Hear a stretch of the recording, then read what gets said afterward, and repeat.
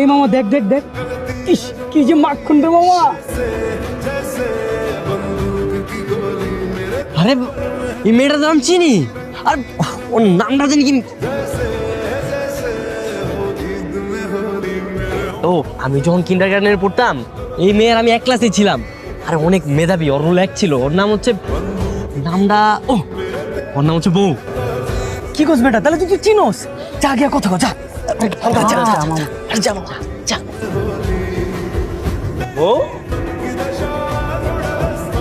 কিরে কেমন আছিস? তুই কি এই ভার্সিটিতে পড়ি?